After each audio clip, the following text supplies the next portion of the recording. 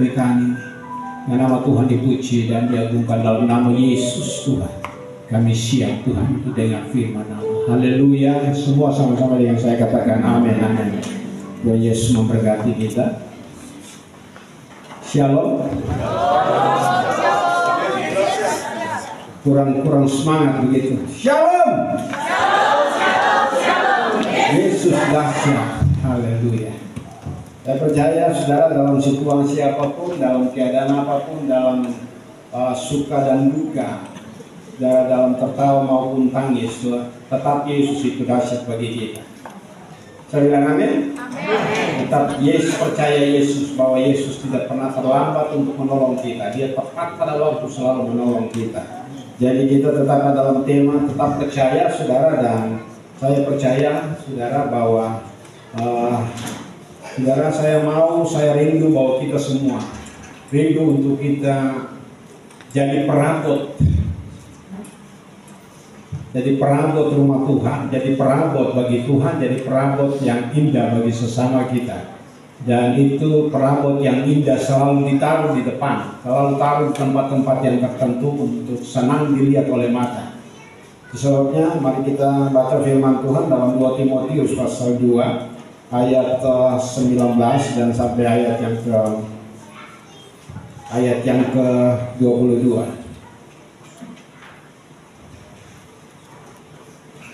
Ya, untuk menghormati firman Tuhan, mari kita semua tolong berdiri. Yang tidak bisa berdiri jangan paksakan berdiri, tapi kalau saya sarankan paksakan berdiri supaya haleluya, urat-urat yang tidak bisa bergerak itu dia bergerak, urat yang kaku dia mulai bisa beraktivitas, darah bisa berjalan dengan baik sampai kepada sendi-sendi, bahkan sampai kepada sumsum-sumsum yang tidak bisa bergerak itu bergerak. Haleluya, karena kita hidup ini karena percaya, bukan karena melihat. Amin. Iya, jadi mari kita baca bersama-sama.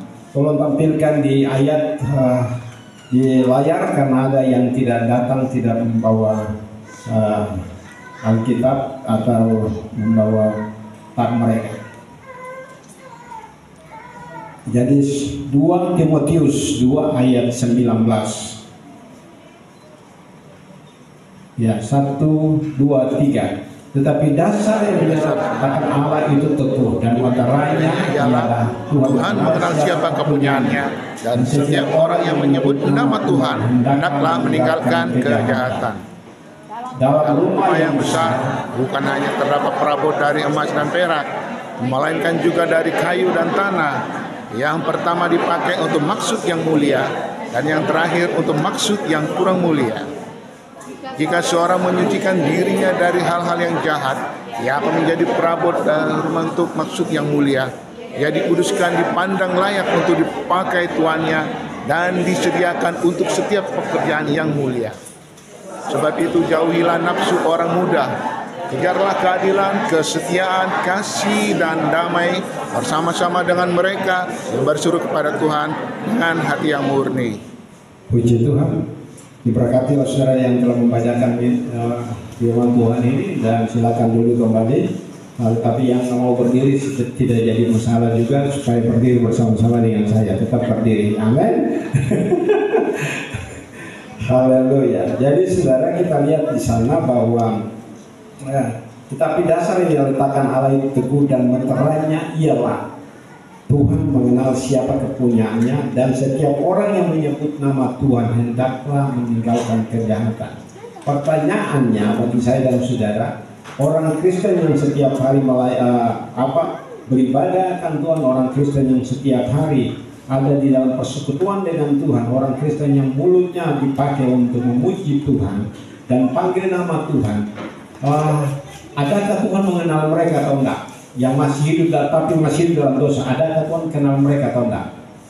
Berdasarkan firman Tuhan ini, orang yang menyebut nama Tuhan itu dimeteraikan dengan orang yang sudah betul-betul hidup begitu. Tetapi dasar yang diletakkan Allah itu teguh, dan meterainya Tuhan mengenal.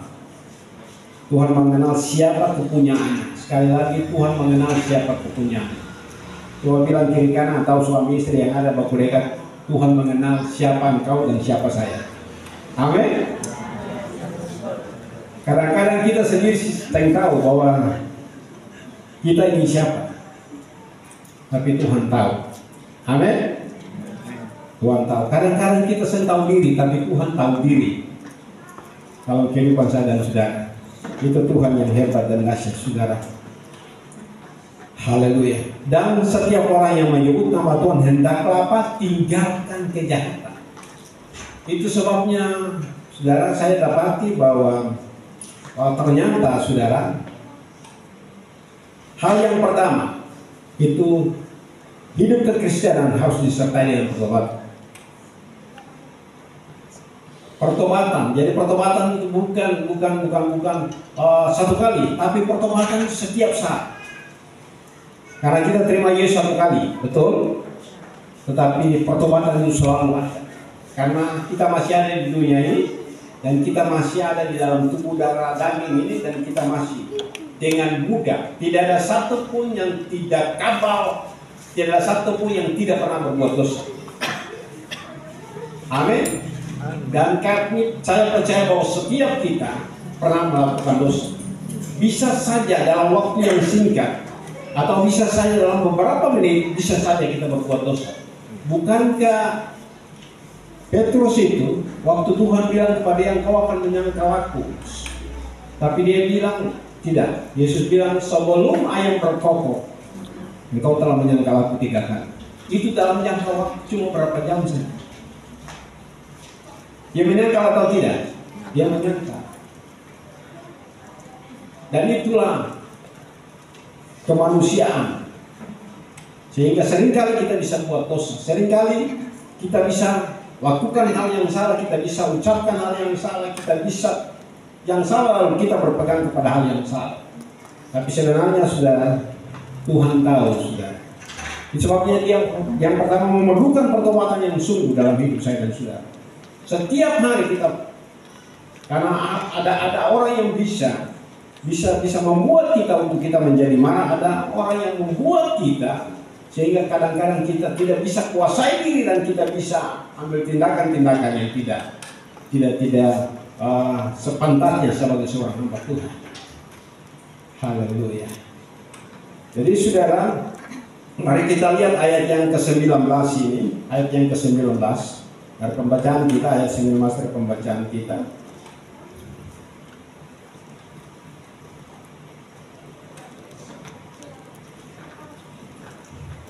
Tetapi dasar yang diletakkan Allah itu teguh, dan meterainya ialah Tuhan mengenal siapa kepunyaannya, dan setiap orang yang menyebut nama Tuhan hendaklah meninggalkan kejahatan. Iya, kita lihat itu ayat yang ke-19 itu dia katakan dengan jelas, tetapi dasar yang diletakkan Allah itu teguh dan meterainya ialah Tuhan mengenal siapa kepunyaannya. Setiap orang yang berseru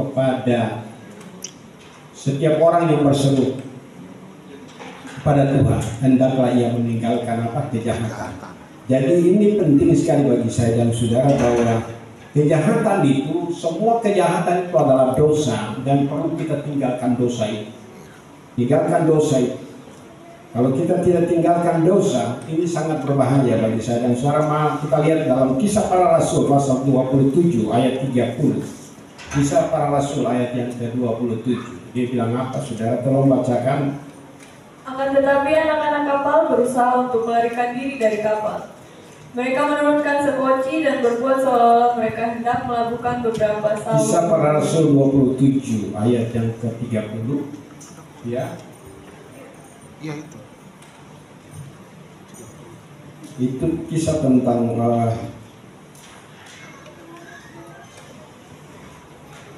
saya salah tulis. Coba kita lihat itu bahwa Petrus langsung berkata kepada mereka bahwa sudah kepada waktu mereka dipenuhi dengan Roh Kudus, lalu Petrus, itu Kisah Para Rasul. Coba tolong. Sebelum itu kita baca saja, lanjut kita baca Yesaya 33 ayat 11. Yesaya 33 ayat 11. Bukan Yesaya, Yehezkiel.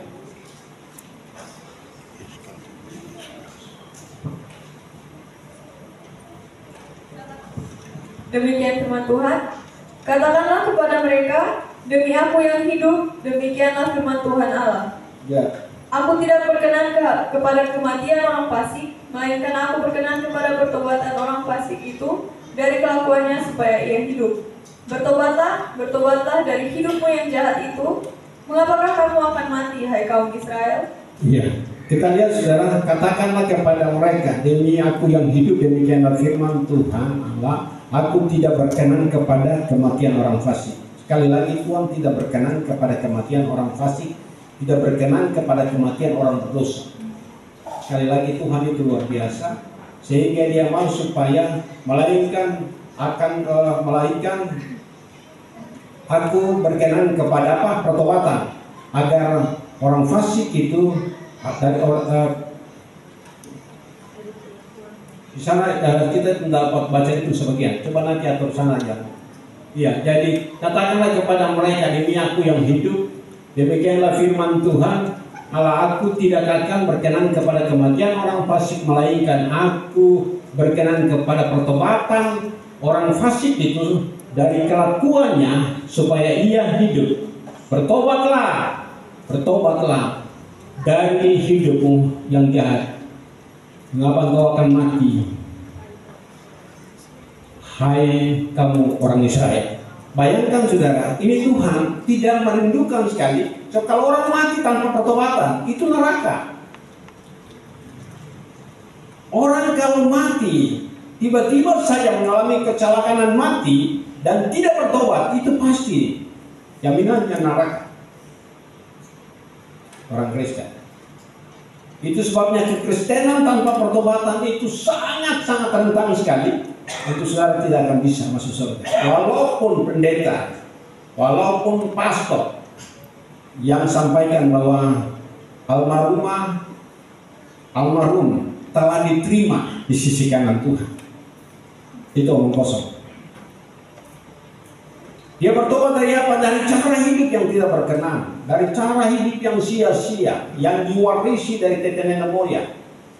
Dan yang saya lihat benar-benar di Tanimbar ini, orang lebih takut adat, orang lebih takut pesan leluhur, orang lebih takut nenek yang sumati punya bicara daripada takut akan firman Tuhan. Ini sangat-sangat. Sebabnya saya seringkali bilang begini, lebih baik penginjilan di daerah yang tidak mengenal Kristus sama sekali daripada penginjilan di daerah Kristen. Daerah Kristen itu saudara, itu betul-betul mereka sudah dengar firman Tuhan berulang kali, mereka sudah, dan itu merupakan hal yang kalau kita lihat di dalam pembacaan kita saudara, dalam ayat yang ke-14 tolong baca. Ayat yang ke-14 dalam pembacaan kita. Dia punya perikop, dia kasih nasihat menghadapi pengajaran sesat. Coba ayat yang ke-14. Tolong dia baca. Firman Tuhan. Ingatkanlah dan pesankanlah semuanya itu dengan sungguh-sungguh kepada mereka di hadapan Allah, agar jangan mereka bersilat kata, karena hal itu sama sekali tidak berguna, malah mengacaukan orang yang mendengarnya. Terus usahakanlah supaya engkau layak di hadapan Allah sebagai seorang pekerja yang tidak usah malu, yang berterus terang memberitakan perkataan kebenaran itu. Terus, tetapi hindarilah omongan yang kosong dan yang tak suci, yang hanya menambah kefasikan. Terus, perkataan mereka menjala seperti penyakit kanker. Di antara mereka termasuk Himeneus dan Filetus. Ya saudara, kalau bisa saudara punya anak laki-laki yang kasih nama-nama ini. Ya, yang nanti sementara mau menikah atau yang sudah menikah, yang sementara berumur punya anak, jangan kasih nama-nama ini. Karena nama-nama ini terbukti bahwa mereka telah mengajarkan sesuatu yang sesat, mengajarkan bahwa kebangkitan kita masih tetap sementara berlaku dan merusak banyak iman orang Kristen, merusak banyak teman-teman kekristenan. Saudara yang kekasih, ini sangat penting sekali supaya jangan kasih nama-nama yang sudah dikatakan oleh Alkitab. Nama-nama ini benar-benar saudaraku yang kekasih, mereka hidup seperti dengan penyakit kanker. Seperti dengan penyakit kanker, saudara. Orang-orang seperti ini. Jadi hindari omongan yang kosong. Dan perkataan mereka menjawab seperti apa penyakit kanker di antara mereka. termasuk Himeneus dan juga Filetus. Nama Filetus ini bagus, tapi saya bilang kalau bisa jangan kasih nama itu, sudah kasih nama anak-anak yang keren. Amin. Kasih nama anak-anak yang luar biasa, kasih nama dia El Shaddai. Wow, luar biasa, Allah menyertai. Kasih nama dia Immanuel. Haleluya. Yang artinya apa? Allah menyertai. Haleluya. Kalau Allah menyertai saudara dalam kehidupan ini, baik di waktu senang maupun di waktu susah, saudara tidak perlu takut. Karena Alkitab kata, jika Allah di pihak kamu, siapakah yang akan lawan kamu? Amin. Jika Allah yang membenarkan kamu, siapakah yang akan menyatakan kalian bersalah? Tidak ada. Tidak. Itu Allah kita yang hebat dan dahsyat. Haleluya. Jadi sekali lagi saudara, kalau dalam Yehezkel 33 ayat yang ke-11 itu dan seterusnya itu, kalau ada orang benar dia berbuat dosa, dia berbuat kesalahan, semua kebenaran yang dia lakukan itu hilang. Tetapi ada orang yang berbuat dosa, waktu dia terima Yesus, dia bertobat dari semua dosanya itu diampuni oleh Tuhan. Dan dia menjadi orang benar.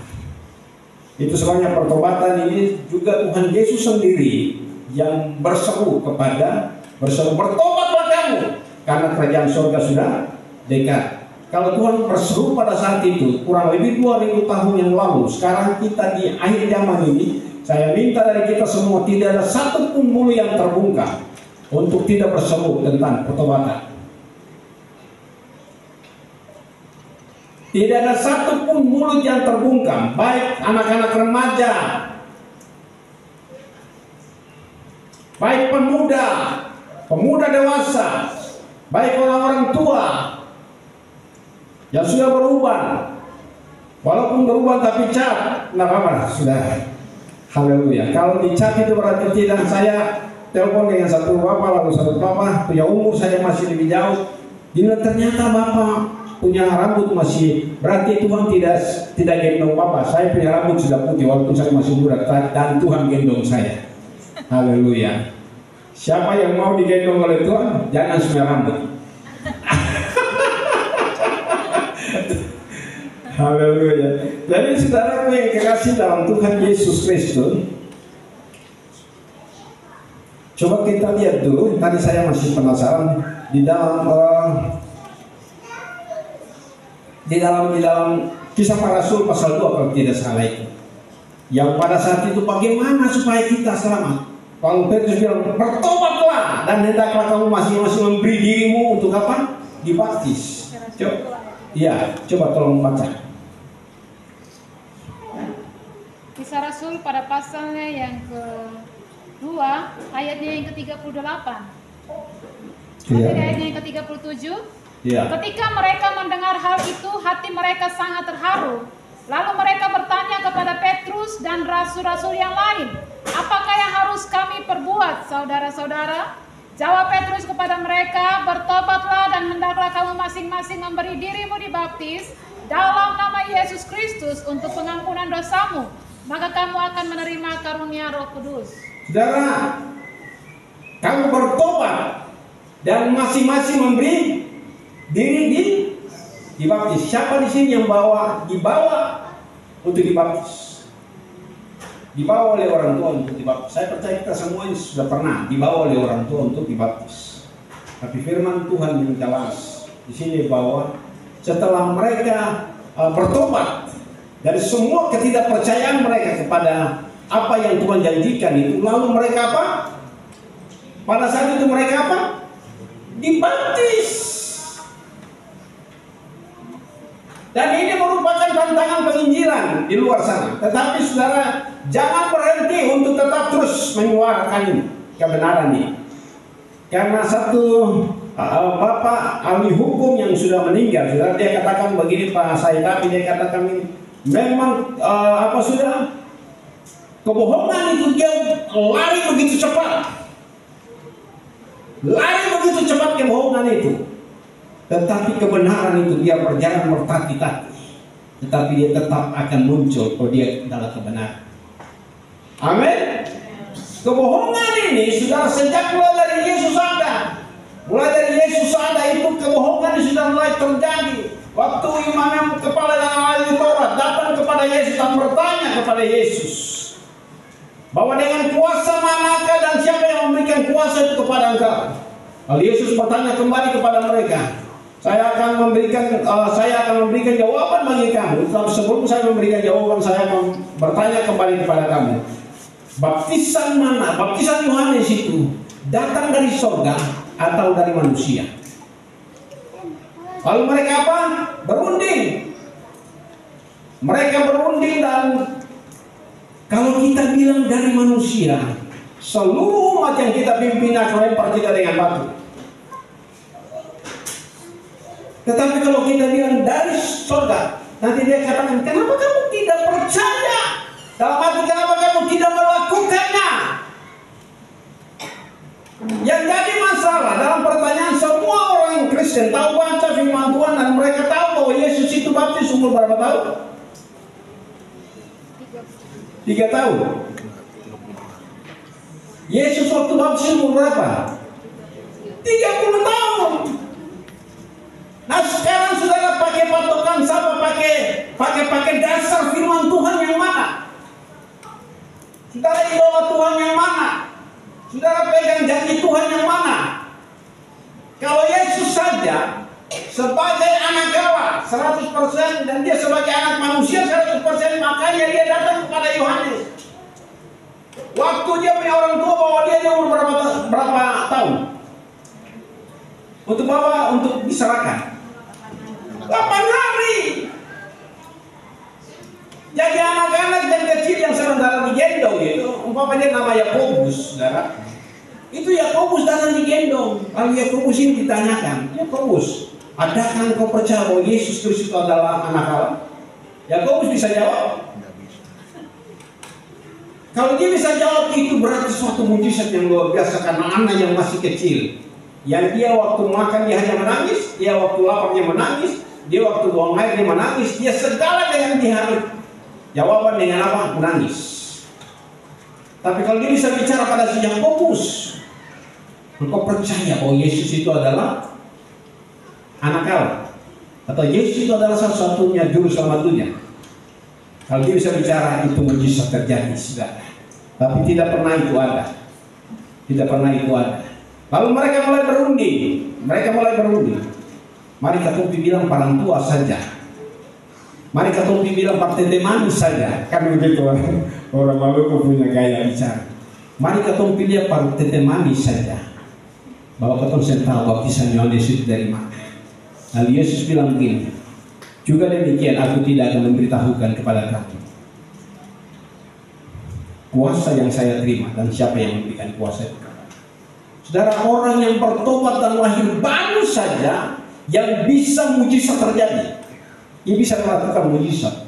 Dia bisa tumpang tangan orang sakit sembuh. Markus pasal 16. Markus pasal 16 ayat yang ke 14 mulai baca.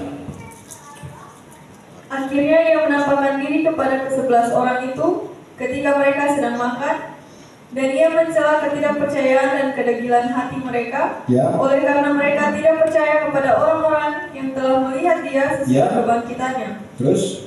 Lalu ia berkata kepada mereka, pergilah ke seluruh dunia, beritakanlah Injil kepada segala makhluk. Siapa yang percaya dan dibaptis akan diselamatkan. Tetapi siapa yang tidak percaya akan dihukum. Dan tidak mau baptis akan dihukum. Terus? Tanda-tanda ini akan menyertai orang-orang yang percaya. Ya, tanda-tanda ini menyertai orang yang percaya dan lahir baru, yang telah baptis itu tanda-tanda menyertai.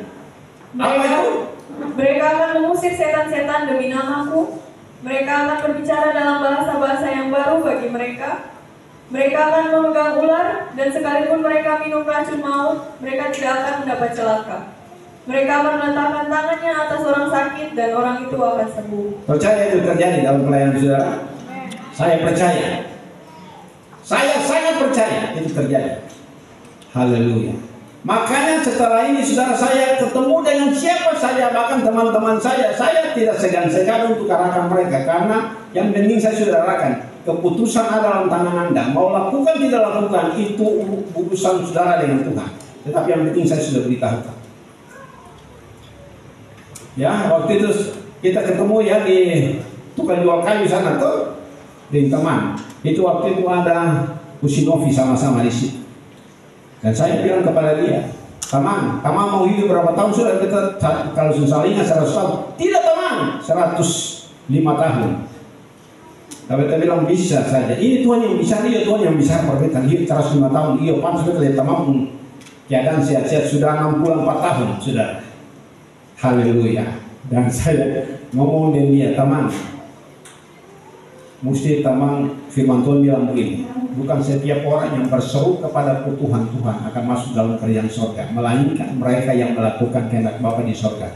Teman cari garis bawahi yang melakukan kehendak Bapa di sorga. Teman sudah lakukan kehendak Bapa di sorga. Dia diam, dia tertawa. Kalau setelah itu saudara, saya katakan kepada Yesus waktu dibaptis itu berapa tahun? 30 tahun.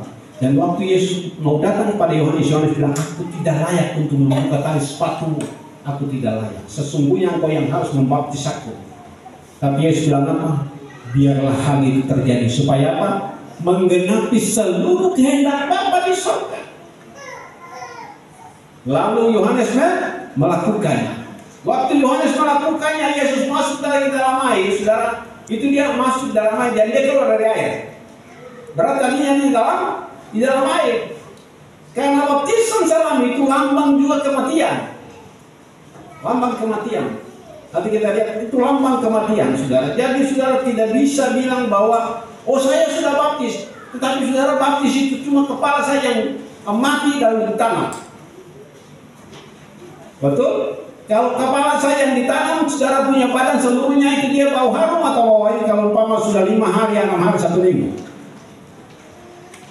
pasti baunya luar biasa. Haleluya.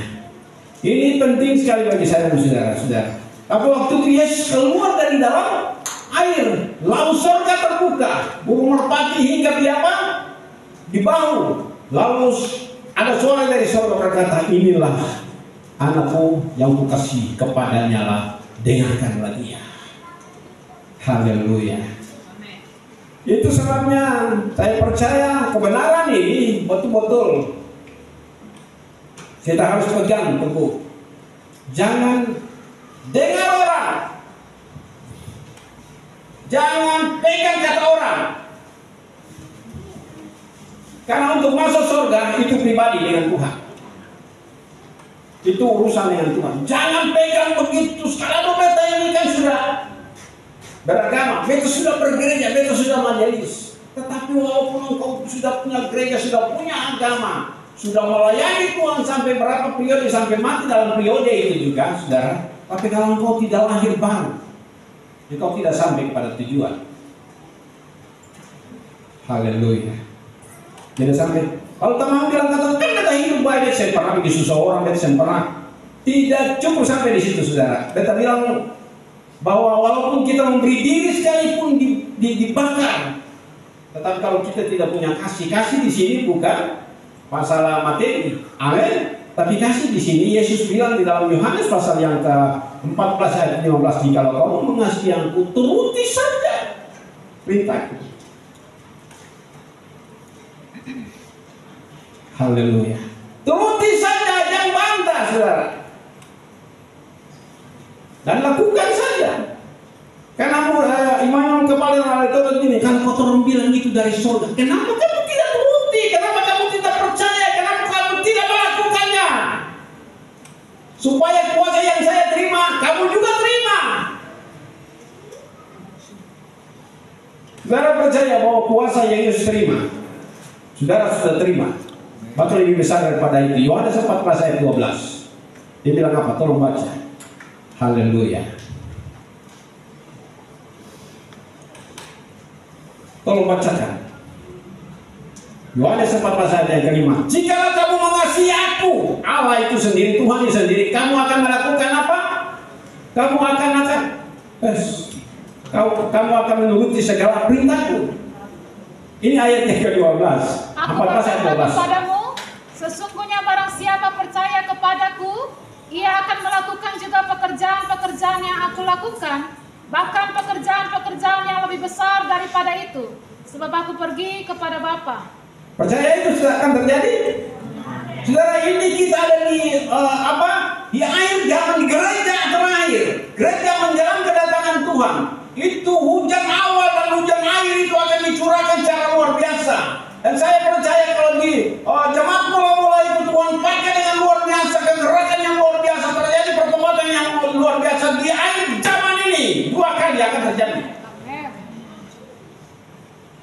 Hujan awal dan hujan air itu akan dicurahkan bersama-sama, sehingga engkau akan limpah dengan anggur, engkau akan limpah dengan gandum, anggur dan minyak.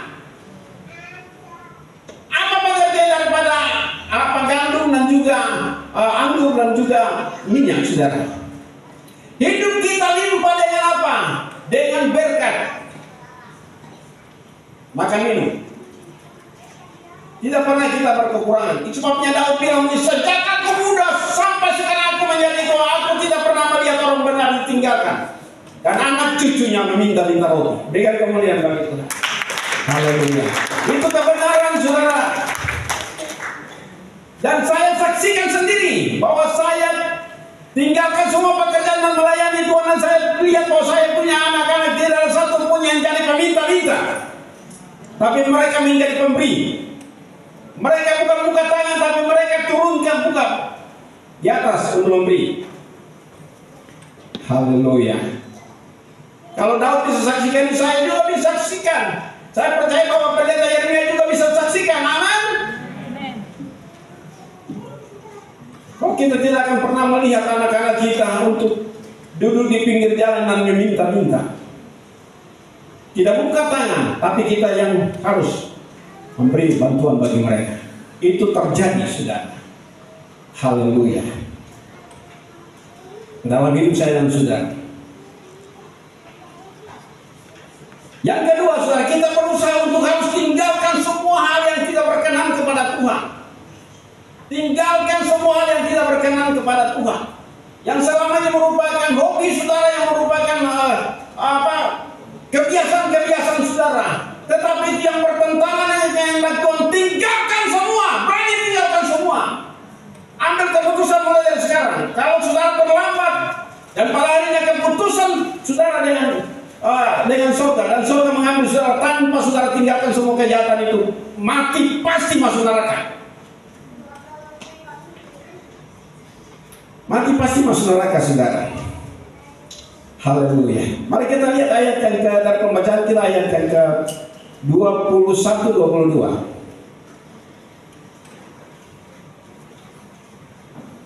Jika seorang menyucikan dirinya dari hal-hal yang jahat, ia akan menjadi perabot rumah untuk maksud yang mulia. Ia dikuduskan, dipandang layak untuk dipamer tuannya, dan disediakan untuk setiap pekerjaan yang mulia. Sebab itu, jamilah nafsu orang muda, kejarlah keadilan, kesetiaan, kasih, dan damai bersama-sama dengan mereka yang berseru kepada Tuhan dengan hati yang murni. Ya, saudara. Ini jauhkan, saudara. Kenapa dia bilang jauhkan nafsu orang tua, tapi nafsu orang muda. Tapi hari-hari nafsu orang tua juga luar biasa meningkat. Luar biasa meningkat. Saya tiba-tiba datang oleh teman dan dia bawa apa sudah hal yang saya harus tanda tanya. Lalu tiba-tiba bilang, "Bapak ketemu agak lama." Kenapa? Karena heran sekali bahwa cucu dari anak perempuan yang tua, yang suaminya polisi, dan akibatnya tidak tahu konflik apa, hanya suaminya sudah dipecat, sudah. Lalu istri yang jaga itu anak. Lalu istri ini punya orang tua. Orang tua sudah 60-an tahun, saudara. Ini sebuah bangkai, saudara. Orang tua bisa cabuli anak cucunya sendiri yang umur 11 tahun. Sampai rusak kemaluan. Itu mungkin di Polres Sawian itu kasus 881 saudara, luar biasa. Dan pertanyaannya begini, saudara, di Tanimbar ini, saudara, 96% itu Kristen. Dan saya pernah bicara ini waktu ada FKW dan juga hadir itu Bapak Wakil Kapolres. Dan saya katakan, kenapa sampai seharusnya itu penjara itu kosong? Dan ini tanggung jawab para pengajar, ini tanggung jawab gereja. Supaya kita punya satu juga yang ada di sana lagi, perbuatan yang sama. Kasus bukan kasus yang baik, kasus yang tidak bagus, anak di bawah umur, saudara. Haleluya.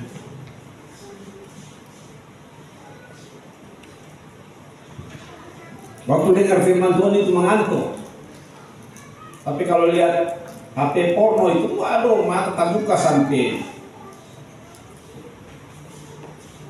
Jadi saudaraku yang kasih Pak, akibatnya melakukan hal itu, baru bilang beta dijebak. Aduh, jangan mau beranikan diri lah, mau dijebak bagaimana. Haleluya. Jadi saudaraku yang kekasih, ini hal yang tidak bisa kita main-main. Karena kita lihat Ibrani pasal 12 ayat 14 sampai 17, Ibrani.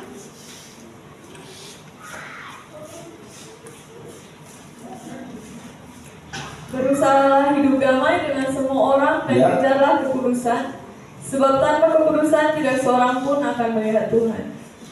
Jagalah supaya jangan ada seorang pun menjauhkan diri dari kasih karunia Allah, agar jangan tumbuh akar yang pahit, yang menimbulkan kerusuhan dan yang mencemarkan banyak orang. Janganlah ada orang yang menjadi cabul, atau yang mempunyai nafsu yang rendah seperti Esau, yang menjual hak kesulungannya untuk sepiring makanan. Sebab kamu tahu bahwa kemudian ketika ia hendak menerima berkat itu, ia ditolak, sebab ia tidak beroleh kesempatan untuk memperbaiki kesalahannya, sekalipun ia mencarinya dengan mencucurkan air mata. Lebih baik sekarang saudara mencari keselamatan dan mencucurkan air mata. Saudara, cari keselamatan itu tidak gampang, saudara, karena pasti ada tantangan yang besar dari pihak keluarga, dari pihak orang tua, papa mama, dari pihak saudara-saudara, dari pihak teman-teman. Anda sungguh penyesat apa lain? Sungguh bidat apa lain? Sungguh masuk gereja apa sudah supporter lain? Karena gereja-gereja pertobatan ini kan identik dengan apa? Tepuk tangan. Tapi mereka, saya baca kita, datanglah kepada Tuhan dengan apa? Bersorak-sorak, bertepuk tanganlah dengan apa? Gambus, kecapi, rebana, apapun yang ada. Makanya kemarin kita di Bomaki tiba-tiba begini, ibu gembala komsel, itu apa? Rebana, mau main rebana? Iya, ternyata pakai rebana. Haleluya, luar biasa di sana. Amin. Jadi kalau ada apa saja, saudara, saya pernah tunjukkan bagaimana anak-anak Irian yang pakai mic dari kayu apa semua, dari kayu keroncong apa semua, dari buatan sendiri, itu kan luar biasa. Yang penting nama Tuhan dimuliakan. Amin. Tapi kebanyakan orang Kristen itu cuma orang mereka nyanyi lagu rohani, itu aduh merdu sekali. Apalagi di 3 malam. 3 malam. Beta pernah lama di Manado dan beta lama bergaul juga dengan orang Sangir. Orang Sangir itu saudara, 3 malam itu bagi suara luar biasa. Kalau mau mabuk saudara, sementara mabuk lah mainkan tulang bagi suara dalam malam penghiburan, bagi suaranya luar biasa. Haleluya. Tapi tiba-tiba jatuh di got. Kalau ada Nana, kenapa Nana jatuh di got? Kenapa sok? Nana pun got. Yang mau bilang kita nggak pun got. Jangan jatuh di got. Luar biasa saudara. Ya jangan ini mau jatuh, biar saja. Biar saja saudara. Dan orang-orang mabuk itu seperti orang di tengah laut. Orang mabuk seperti orang di tengah laut, kata firman Tuhan di dalam Amsal kalau tidak salah. Dia seperti orang di tengah laut. Ini jangan rata. Tapi kalau saudara orang mabuk, kan begitu. Seperti tengah laut. Ini yang tak tahu pernah lihat itu atau pernah lakukan itu saudara. Haleluya. Seperti orang di tengah laut, saya ada gelombang besar dia berjalan di laut itu kan di musim pegang di musim ini. Begitu saudara, coba lihat orang. Saudara, lama saya lihat Pius, kalau Pius lewat di situ saudara, itu kalau dia sudah mabuk saudara, luar biasa. Dia minta uang, balik itu kasih uang pada dia 10.000, dia marah lagi kasih 10.000, mesti 20.000. Ayo orang mabuk. Aduh, luar biasa. Haleluya. Jadi saudara percaya atau tidak, baptisan itu lambang penguburan segala kedagingan kita. Kita lihat di dalam Roma pasal 6. Roma pasal 6. Roma pasal 6. Ayat yang ke satu, saya mulai baca cepat-cepat, bantu saya.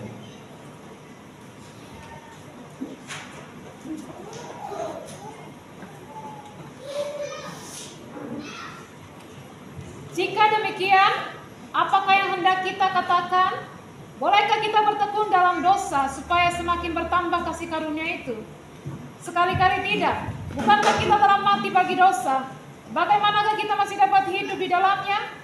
Atau tidak tahukah kamu bahwa kita semua yang telah dibaptis dalam Kristus? Kita semua yang telah dibaptis dalam Kristus. Telah dibaptis dalam kematiannya. Telah dibaptis dalam kematiannya. Dengan demikian, kita telah dikuburkan bersama-sama dengan Dia oleh baptisan dalam kematian. Kita telah dikuburkan bersama-sama dengan Dia di dalam kematian. Supaya sama seperti Kristus telah dibangkitkan dari antara orang mati oleh kemuliaan Bapa, demikian juga kita akan hidup dalam hidup yang baru. Amin. Mau hidup yang baru? Amin. Artinya hidup yang baru dalam arti begini, waktu Yesus datang pada kali yang kedua, itu saudara diubahkan, yang masih diubahkan dan ketemu dengan Tuhan. Sedangkan yang mati mendahului kedatangan Tuhan, dia akan diubah dan ketemu dengan Tuhan di awan-awan. Haleluya. Lalu ketemu dengan Tuhan di awan berapa lama saudara? Alkitab mencatat 3 tahun. Karena Tuhan itu adil, yang memberikan kesempatan pada lawannya untuk bekerja. Karena Yesus setelah dibaptis 3 tahun setengah dia bekerja, dan setelah itu dia mati dan dia bangkit naik ke surga. Itu sebabnya kalau dia datang kembali, saudara, itu bukan terjadi bukan untuk datang untuk menuntut orang bertobat, saudara, tapi dia datang untuk menjemput saudara yang telah bertobat dari dosa, yang telah menyerahkan anggota-anggota tubuh kita kepada senjata kebenaran. Tetapi yang menyerahkan anggota tubuh mereka untuk senjata kelaliman atau senjata dosa, itu pasti tidak akan terangkat. Mereka akan terangkat yang sudah mati, mereka akan bangkit pada kebangkitan yang kedua yang hanya terima hukuman dari Tuhan, lautan api. Sedangkan kita akan diubah dan ketemu dengan Tuhan, berpesta dengan Dia di awan-awan. Berapa tahun? 3,5 tahun di sana. Ada masa kesukaran yang besar, ada masa penganiayaan yang besar, ada masa ngeri, saudara, di bawah kolam langit ini. Sehingga orang mau berjuang dengan bebas, orang mau belanja dengan bebas, harus pakai cap. Dan sementara kita digiring ke sana, ya, kita sementara digiring di sana. Sehingga kita berdoa supaya jangan Indonesia mengakui uang apa sudah, uang digital atau barang itu. Itu sampai terjadi, saudara. Itu semua. Haleluya. Jadi saya mau bilang bagi saya dan saudara, mari kita lihat pekerjaan Tuhan dan rencana Tuhan dan keselamatan bagi hidup kita. Kita harus serius dengan itu. Kita harus serius dan kita harus melakukannya dengan setia. Haleluya. Karena dengan demikian saya percaya bahwa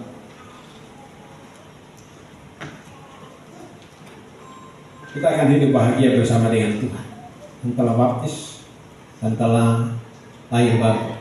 2 Korintus 5 ayat yang ke-7, 17 kalau tidak salah. Yang lama telah berlalu, sesungguhnya yang baru telah datang. Haleluya. Makanya bilang kiri kanan saya telah hidup baru. Kalau hidup baru, saudara, masih bisa lakukan dosa atau tidak? Masih bisa. Tetapi secepatnya harus apa? Bertobat. Haleluya. Saya lihat Bulus dengan Usilis Sawalo, mereka luar biasa. Hidup selalu dalam pertobatan, lalu setelah itu harus berubah, harus berusaha tinggalkan segala kehidupan yang tidak berkenan di hadapan Tuhan dan berusaha untuk hidup berkenan kepada Tuhan. Firman Tuhan saya tibakan di sini. Saya minta pemain musik